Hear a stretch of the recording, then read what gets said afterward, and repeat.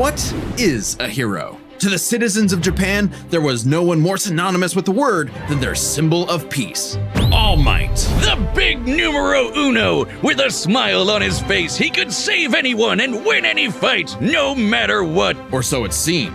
After a battle with his arch nemesis All For One, All Might was grievously injured. His time as a beacon of hope was coming to an end, and he would need to find someone to pass on the torch. In this world, most human beings evolved to have their own individual superpowers, or quirks, but not everyone is lucky enough to get one. Like this kid named Izuku Midoriya, or as local bully Bakugo like to call him, the good-for-nothing Deku. Izuku wanted to save people just like All Might, but even his idol told him that he would have to give up on his dreams. Forever the beta male in the shadow of Bakugo and his Sigma quirk, until he got the chance to alpha up and lend his rival a helping hand, proving himself worthy of All Might's torch. And so after months of training, Izuku was granted All Might's quirk, One For All. This power allows him to boost his strength to incredible heights, using it for smashing attacks named after specific US locales, and a soccer club. Or football, as they call it. Straight punches, spikes, even finger flicks, One For All is the ultimate in strength-enhancing quirks. The first time he used it, Izuku destroyed this giant robot in a single blow, on accident. Too bad it wasn't the only thing he destroyed, though.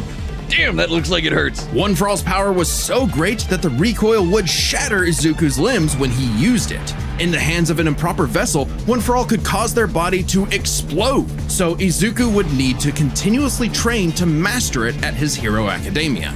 Say that again. UA High. Here he'd be inspired by girly pop Uraraka to turn his zero name into his hero name, becoming the Deku who always does his best. Something that he may have taken too far. When it came to saving people, Do Your Best here had a bad habit of putting others way before himself. Sure, everyone else was okay, but he'd be good for nothing all over again if he got himself paralyzed. So to cut down on his hospital bill, he developed full cowling. Instead of using his quirk in short bursts, he would continuously spread the energy across his body at low percentages, using it for acrobatics inspired by Bakugo's explosive movements. And with that new thinking came a new fighting style, shoot style.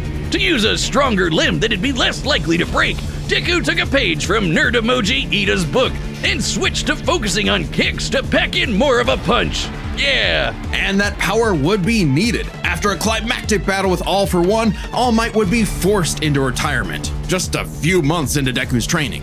Now it was his turn to face this demon lord. But he didn't have to do it alone. Just as All Might had passed One For All onto Deku, it had been passed onto All Might by his master, and onto her by her master. One For All was a power that was built upon for generations. The quirks of the previous users of One For All manifested in Deku, along with their spirits, or vestiges, to help him in his battle against All For One. Black Whip gives him energy tendrils to swing around and restrain foes.